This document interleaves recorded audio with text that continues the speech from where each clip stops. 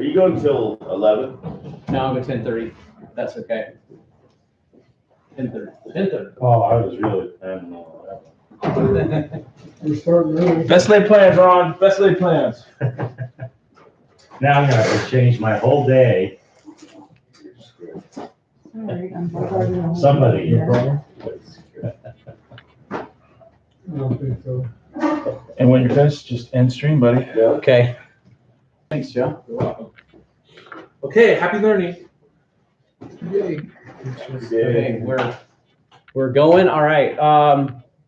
Where's the rest of the crew? This is us? We got a packed house this morning. You should see what I'm looking at. Oh wait, that's the camera, not here. You should see what I see. Room is filled. Chris Farley. I mean- They're at the pumpkin patch. Yeah.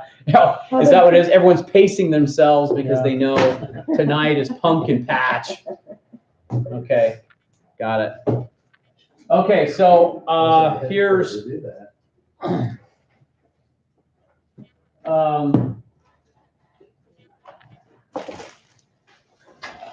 all right, here are our topics. This went out in the email. And then I thought we would do also a transactional situation.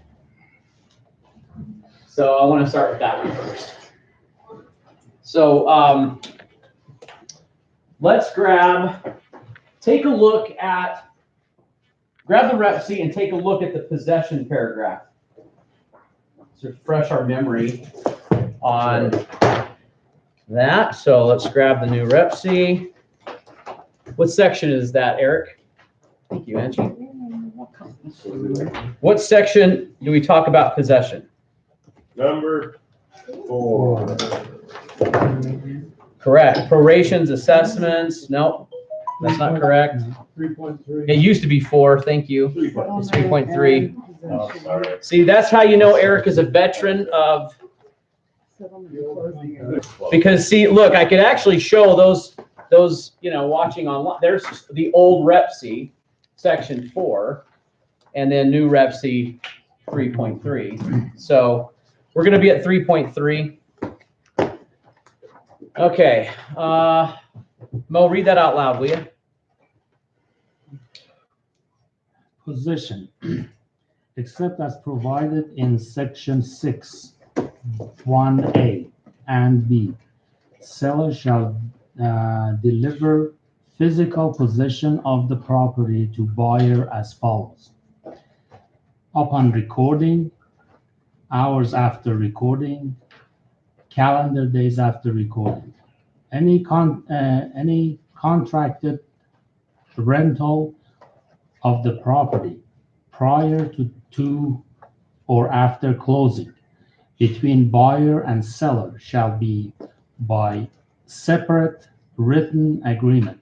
Seller and buyer shall each be responsible for any insurance coverage each party deems necessary for the property, including any personal property and belongings. The provisions of this section 3.3 shall survive closing. Thank you. There's a lot there, isn't there? Yeah. So how many of you would agree that a lot of our job is to manage the expectation of our client? We're unanimous? Unanimous. Okay.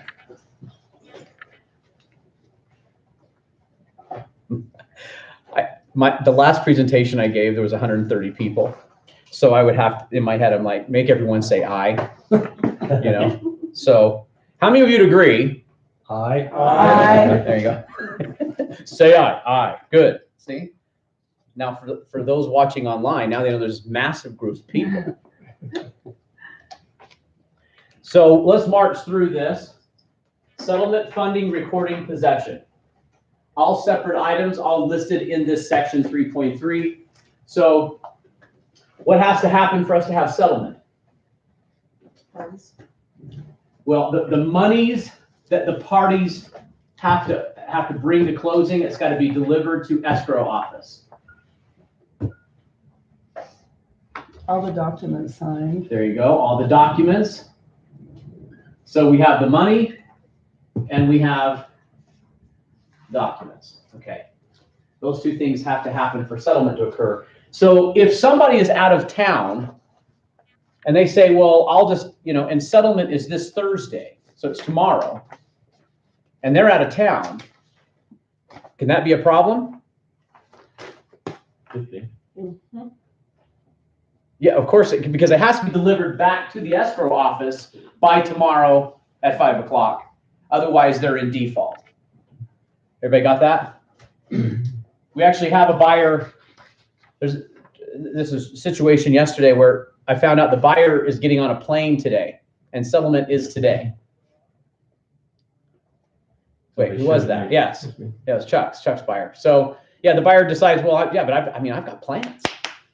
I got to get on a plane. I'm like, yeah, you have to settle today. So maybe there's some, expectations maybe not quite in line yet with her. So after this happens, then the lender will authorize the funding, and only usually. Sometimes they'll table fund.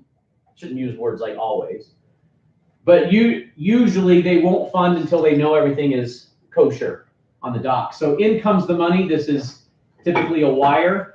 So we have this issue of 3 p.m.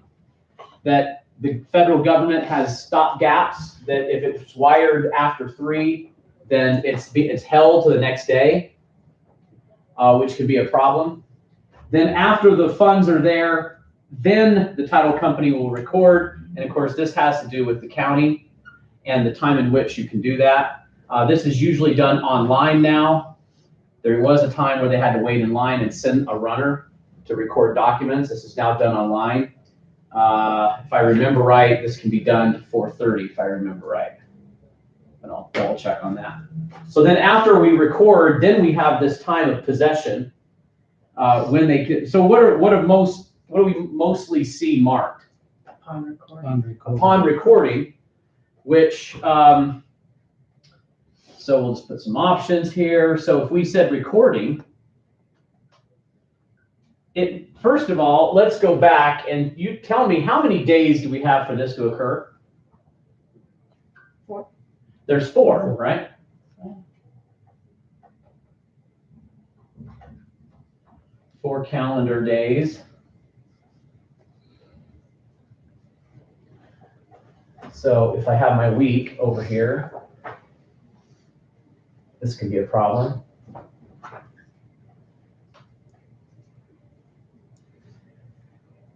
So if I settle here on Thursday, how do I count days? Is this one or is this The one? next day. Friday is 1, so we go 1, 2, 3, 4, and that's at 5 p.m. So it could take until Monday to fund, and the buyer is not in default. So if I said upon recording, it could be as early as Friday, which is probably what the buyer's thinking, or it could be as late as Monday.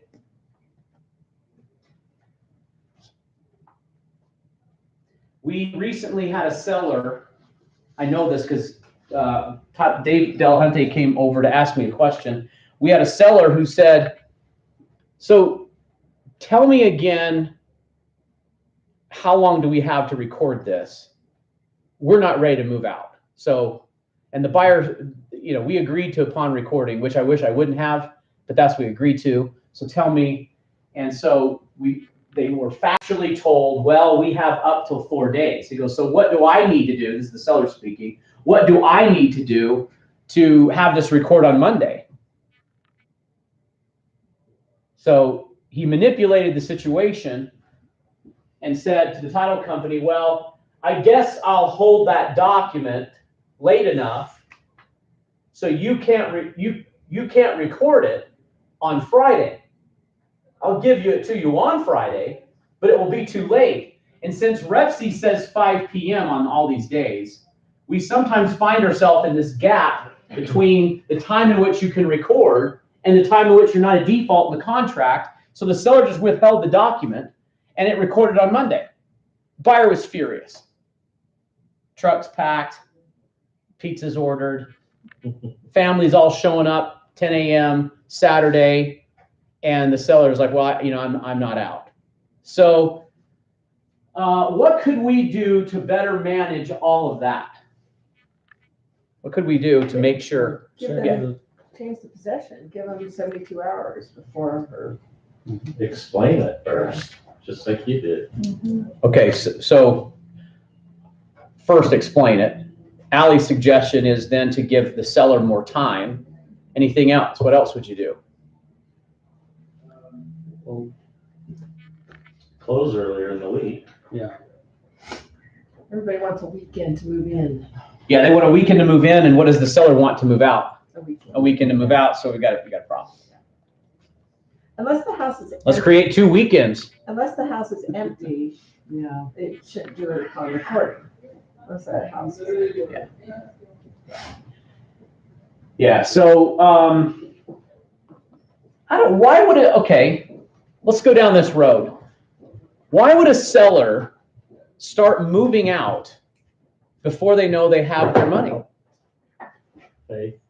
Okay, so we believe that most deals happen. If it doesn't work out, okay, Some of them have to move out. You know, they're gonna move out anyway. They've got a job, they're moving So to. whether they close or not, Yeah, okay, they're moving. they're gonna move. Yeah.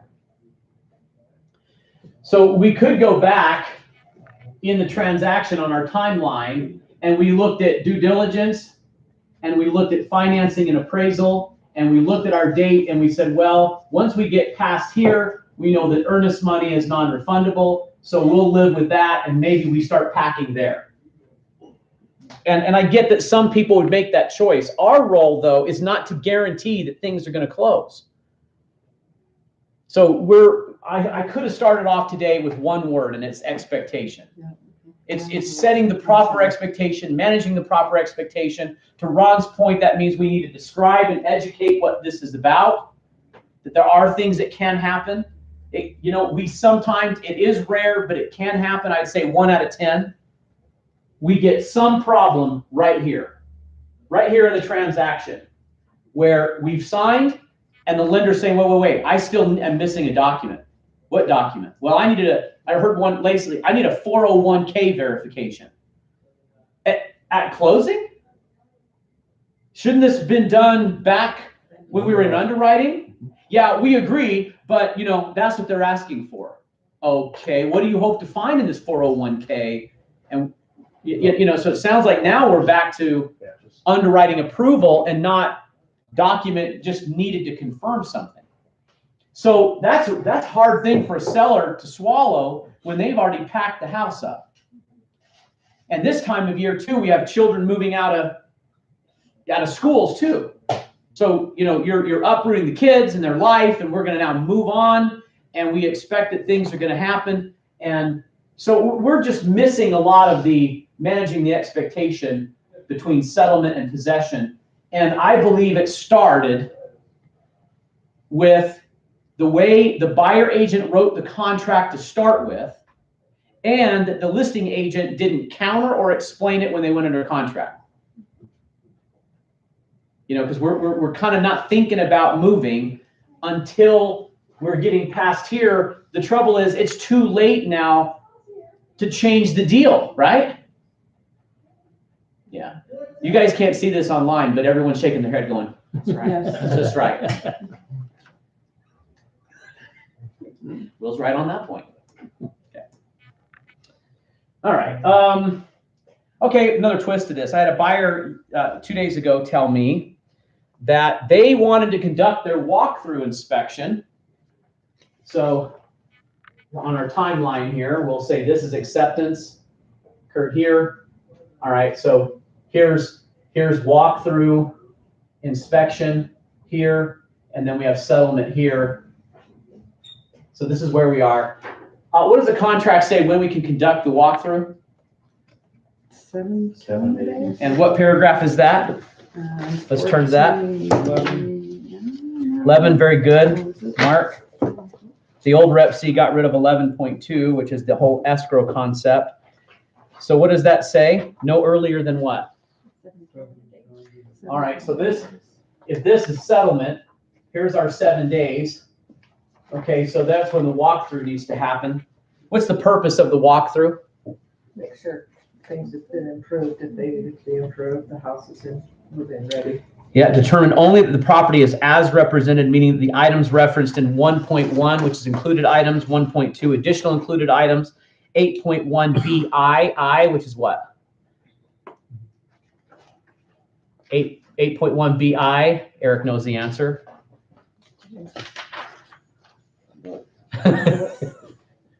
Come on, Rep C experts.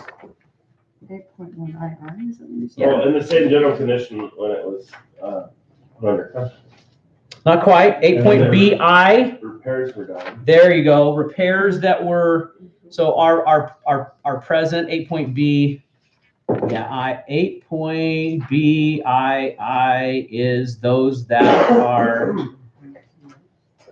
So if in due diligence, we decided to have the seller repair something that we can look to see if that's repaired, there can be a conflict in when that's done. So if you take a look at the resolution of due diligence and you go down to item 3 on where they're going to make repairs, when do those repairs have to happen?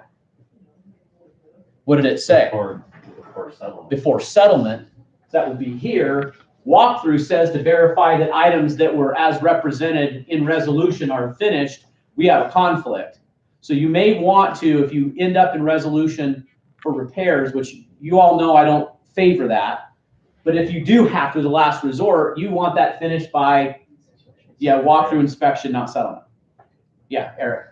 What do you suggest on that, since that's such a new form, that agents that have been doing it a while aren't used to that, where it says the resolution and there's 2 options? Yeah. One is to basically cancel and sue, and the other one is to move forward and then seek remedy after. I mean, that just seems like such an opportunity for people to go to court. Yeah. It seems like a complicated process by putting those 2 options in. Well, first of all, the buyers always had the right to sue for a seller who didn't live up to a contractual obligation, whether it was in writing or not. I mean, whether we said it, that you had, I mean, you said it in other ways. This way we're more specific. But what would you check when you have a buyer? I would not allow the buyer to cancel the contract at settlement because a minor item was not completed and get their earnest money back and walk away from the transaction. If the buyer wants to proceed forward after due diligence in that manner, they got the wrong seller. That's kind of how I would look at it. You know, because it opens up the door for them to cancel because 2 GFI outlets were not repaired. And so I want my earnest money back. And it's the day of settlement and the seller's moved out. There's got to be a point in the transaction where the buyer makes the commitment. You guys agree? Yes. Yeah. So that's what Eric's saying is there's a landmine in that form. And we're talking about, you know, right here. So there's 3 remedies if buyer for unfinished repairs.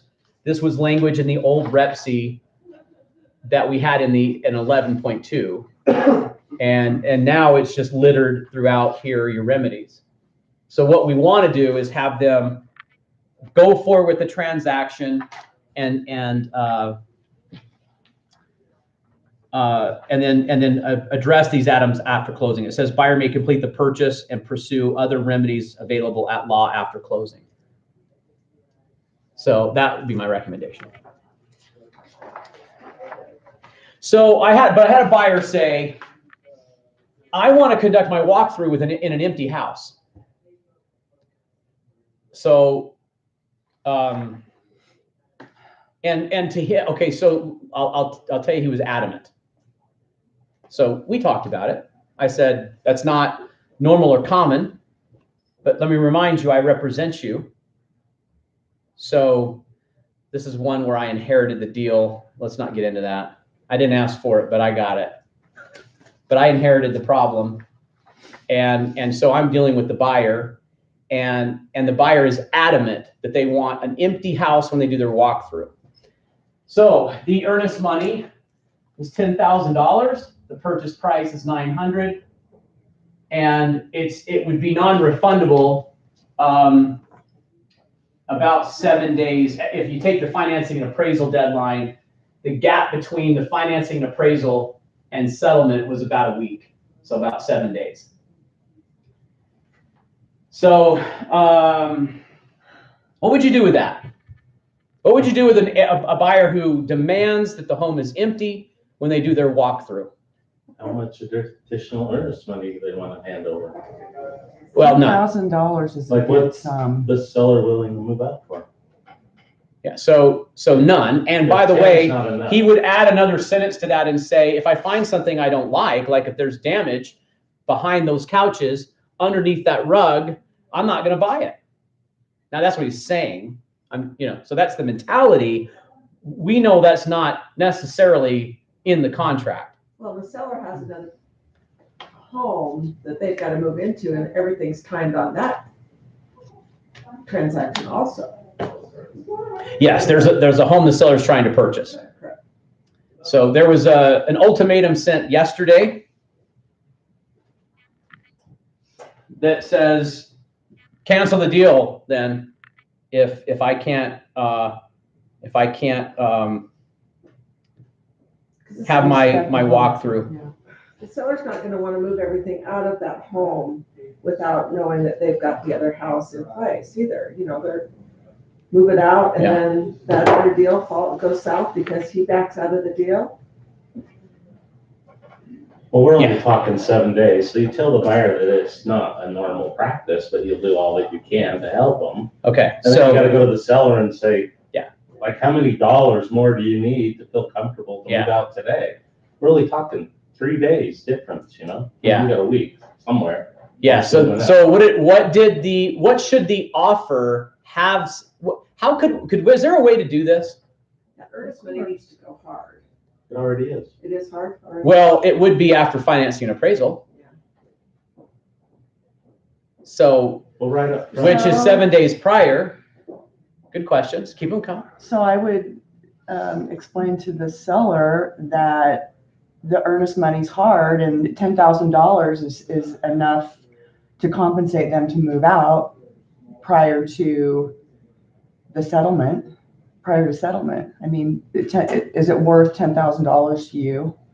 Because the earnest money is hard at this juncture. Wouldn't that be But something? he's saying if he sees anything, he's gonna cancel the deal. So they move out and then they're gonna have to move back in if he cancels the deal. Yeah. Because they can't buy their next house if he cancels the Yeah. deal. He's also insistent that his previous real estate experiences, that he always did walkthrough inspections on empty homes. Well, he bought empty homes. Yeah. Yeah. Somebody's living in this Yeah. one now. Yeah, possibly. Yeah, Ron. Not just, if I was a seller, not just the earnest money on paper has gone hard, I want it released to me before I move out. It's a good option. Because I don't want it held up at Yeah. the brokerage or the title company. So if we're negotiating Somebody fighting over my Yeah. money. So is there Give it anything, to me. is there anything in the rep sheet that says, in walkthrough inspection that says the house has to be empty? No. Okay, so we didn't agree to that term. So the seller could say, well, hey, if you want an empty house, then release the earnest money to me, it's non-refundable. I'll go ahead and move out and we'll trust that, what you find may be minor things, what have you. So, let's see if we could work that out. We tried to kind of make a middle ground here where the seller could move things to a garage, but this really came down to the fact that, look, if the buyer's going to buy it, then we need to know, and we're not going to pack up and move our kids out of school if they're not going to buy it. So at what point can we be assured that the buyer's really going to buy the house? And I think it's a legitimate, point of view. I've explained this to the buyer, and although I wanted to talk about the situation, certainly, there was something else though that I thought was kind of at the heart of the matter. And it's the difference in your opinion or what we think is normal or what we think is common or proper procedure versus what your client you represent have a fiduciary duty to expects to be material. You see the difference? So although on one conversation, I'm having this, try to set the expectation. I said, look, statistically, so I'm explaining to this buyer. First of all, you probably don't understand what I do. Let me explain. I'm very much like the ER physician who sees the broken legs from those who have trampolines, the broken wrists from those who ride mountain bikes, the broken ankles from those who ski. Okay, but there's plenty of skiers and mountain bikers and trampoline jumpers who never have a problem. I just see the problems. So I can tell you, statistically speaking, it's a lot more probable for a buyer to damage a seller by having the seller move out early and have a walkthrough than it is for the seller to be hiding something that we find and a walkthrough. And I'd say it's probably 10 to 1. So we have this big, long conversation. And then there's the but. But, buyer, called him, by name, said, listen, I will communicate your point of view clearly, bluntly, and adamantly. So I did. And that's kind of what I wanted to bring to the group this morning, is what if the client is not really in line with, say, what you would say is normal? It's certainly not contractual, and I get that. But he's in due diligence. He can ask for anything he wants, including an empty house to do a walkthrough. Am I right? Yes. And he thinks that's material. So I said, I'm calling the other agent right now. I hung up the phone. I said, listen, you and I both know that this is not like a normal request. However, I want to make it very clear. The buyer is demanding it, and to them, it is absolutely critical and material to the transaction. So much so that if we can't resolve this, there's no point in even trying to resolve the minor concessions on the inspections they've had to get past due diligence. What I'm trying to say, it's more important than what they found in the inspections. And just to make sure that he understood, I said, have I communicated it clearly enough that you understand what the buyer's position is? He said, oh, well, yeah. He said, I don't agree. I said, I know. That's not the point, though. See the difference in representing somebody and having maybe your own opinion, okay? And you can't let your opinion prevail over the fiduciary duty of representing a client. The only time that collides in which you trump that is when their request is unlawful or unethical. That's the only time. This is a legitimate request as far as he's concerned, in his eyes.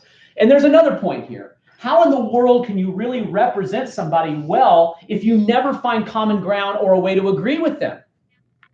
Can I have a conversation with someone who doesn't think like me, but still be their advocate? I should be able to. Can I have a conversation with someone who doesn't agree with me and not have it be argumentative? Think about that. How do you keep injecting?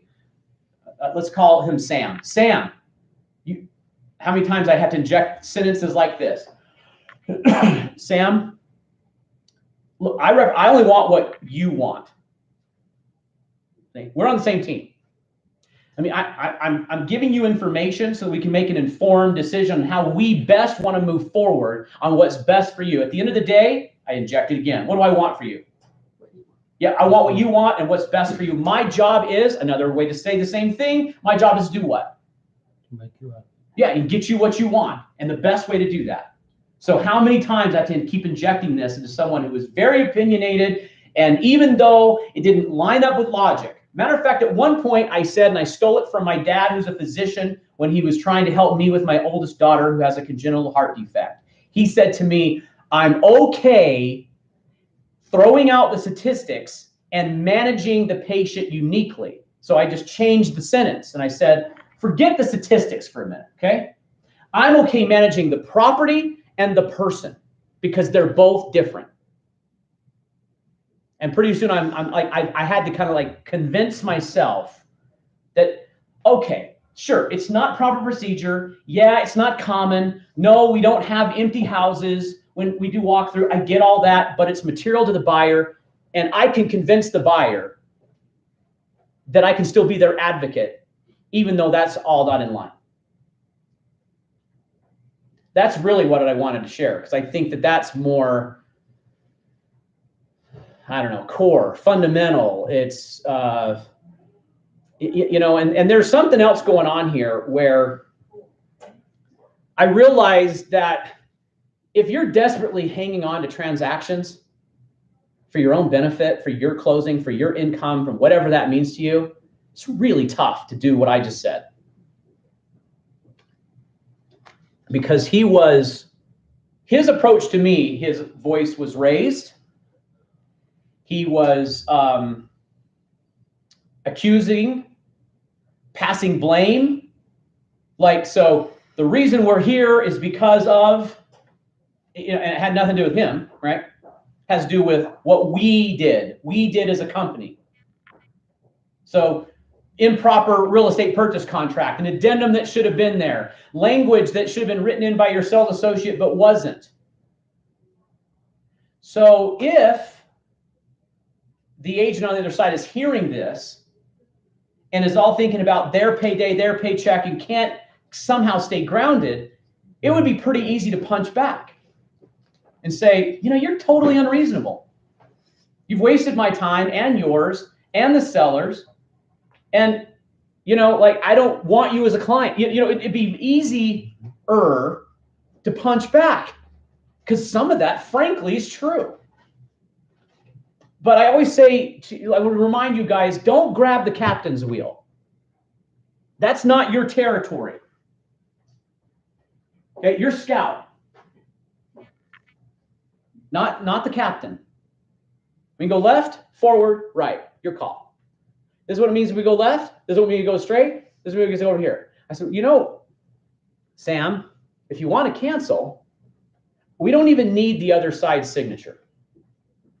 So I'll send you over a cancellation of the REPC addendum. You're going to sign that, and we can have that check cut to you today. I mean, it's not a hard process at this stage. So we can go left.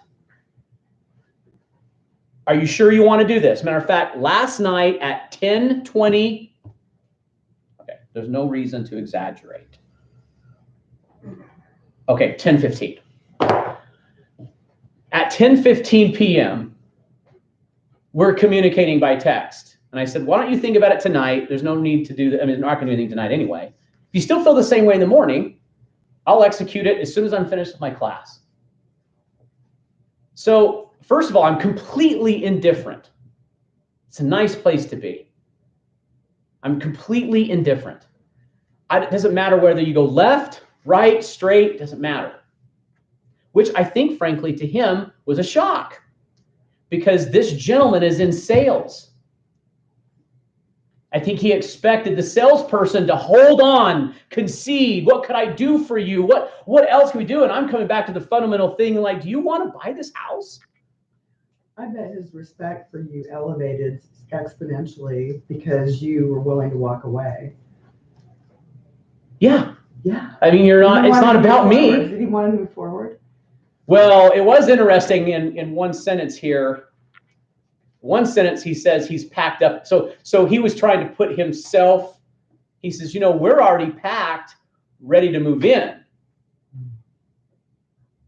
Well, if that's true, then why are we so, I got to cancel? He's got a vested interest. So I've got a Yeah. situation similar to that. I was selling one of my listings to a friend of mine who's actually an agent. And he was getting very upset, very emotional. And so I'm representing just my client, right?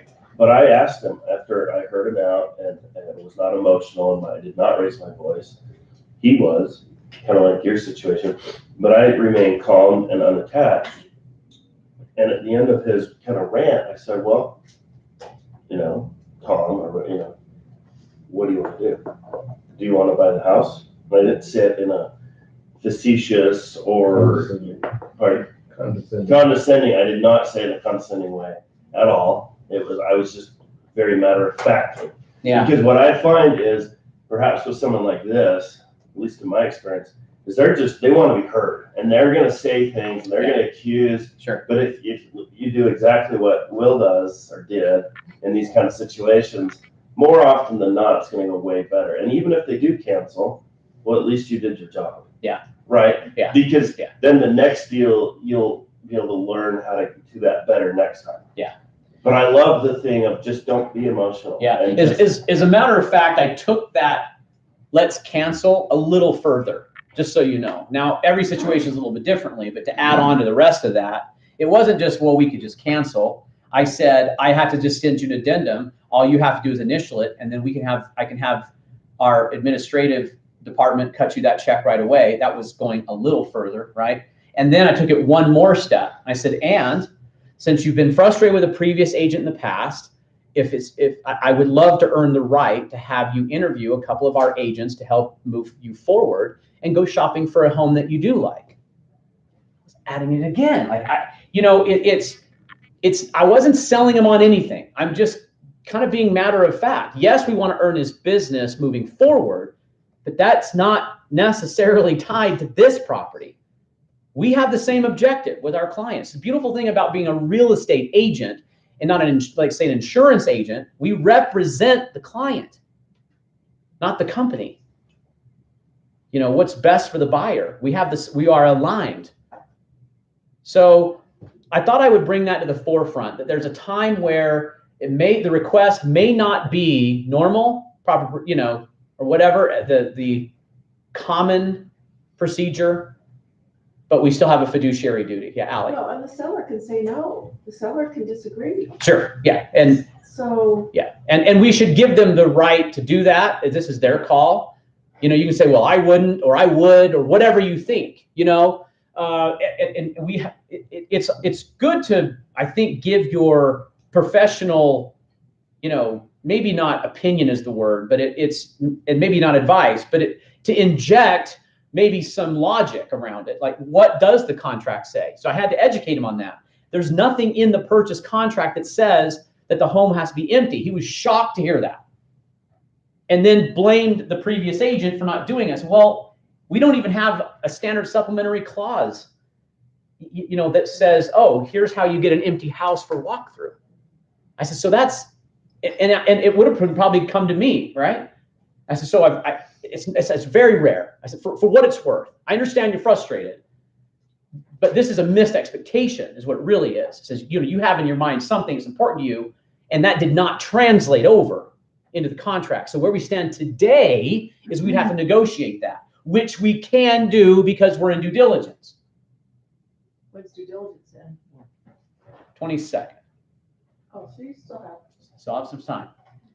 So Yeah. this was something this buyer wanted when the REPC was written? I think so. Yeah, I think he would have preferred preferred that, which may have made it hard to get the offer accepted. Yeah. Really, Yeah. like if that's your listing, how do you deal with that?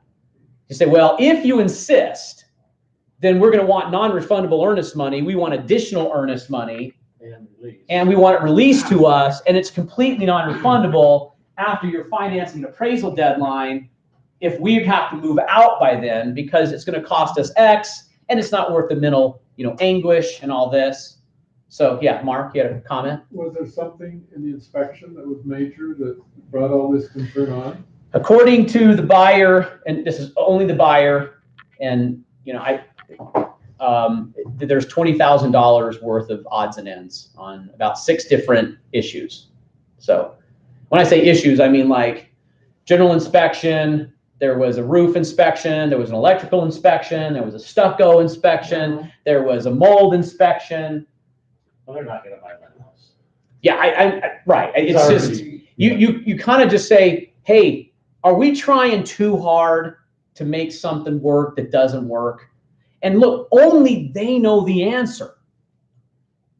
If this is all a facade, some people put the facade, it's like this negotiating tactic, but only they can answer that.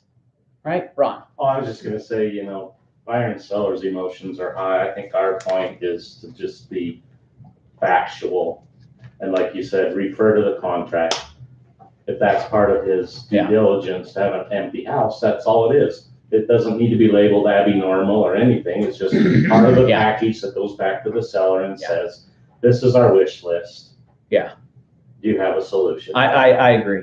I agree. And if they can't agree, all right, it's money or time, then it's time to cancel. See, so how do you keep grounded? How do you keep not emotionally tied to the outcome? Keep your hand off the captain's wheel. Don't get commission breath, and yet still be a driven, motivated, goal-oriented, objective-focused, lead-converting real estate agent. You prospect more, then you're less attached to each deal. Nice. So instead of having 1 or 2 pending and one falls out, you have 7 or 8. One falls out, oh well. Right. You're still making money. Great advice. That's You are Eric very- Jensen, by the way. EricJensen.com at Eric Jensen Superstar. Who are we Everybody, broadcasting? the world. Yeah, this is YouTube, anyway, baby. If you're attached to a deal to pay your mortgage You're in trouble. and you keep that kind of pattern going, Yeah, this may not be the business for you. But anyway, if you get attached Yeah. to a deal, you're Yeah. screwed. And All right. people smell it. And when I was a new agent, I got attached, and I had one lady actually call me out and said, "I feel like you're arguing with me to keep this deal alive." Yeah. And that was a huge lesson to me. Because Yeah. I thought, wow, maybe you were. I was. Yeah. Oh, It was hard to hear. And that's why it's a valuable tool to keep referring to the documents. Just Yeah. Plain and simple. It's That way- hard. It's That way hard you're to- not emotional. It's whatever it says in there. Well, it's hard to argue with options. Because if you just give somebody one option, it's your opinion, it's you feel like they feel like you're pushing them, they're not gonna like that. But if you're like, well, these are your options, there might be 2 or 3, what do you want to do? Yeah. Like, it's hard to argue with that. Yeah. Eric, that's really good advice. Prospect more. Have more deals. Yeah. So the trouble is, then you just started prospecting more and you don't yet have more deals, and you find yourself with only 1 or 2 sell pendings. You still have to mentally get yourself in a place where you're not holding on to every deal for you. It takes faith. It Yeah. takes faith to come in every day and do what you gotta do. Go hit the doors, get on the phone, do some networking events. Yeah. It's moving forward in faith, because otherwise we get depressed and attached. Yeah. And fearful. Well, and So the there's deal- lessons on faith, again, at ericjensen.no. Prospect with faith, Eric The says. deal is never done until your commission check is in your hand. Then the deal is done. Yeah. Until then, it's all Yeah. negotiation. It's never done. I remember Kevin came to me when my first deal got under contract, and he's like, "Aren't you excited?" And I'm like, growing up with my dad a broker, I knew not to be excited. Don't be excited. You don't get Yeah, yeah. excited. Yeah, I was happy that I was under contract, but I knew that there was a slippery slope. A lot of things could go south Yeah. at any point in the deal, and that could not be a sale. Yeah. You know, so. Very good. I'm gonna put a bow on this class and wrap this one up. So thank you for watching, everyone online. And you got to send your comments to somebody, right? Isn't that the outro? Send all your comments and credit card information too. Okay. Well, also, as we get better going through. Are you sure the you want to end document- stream? End.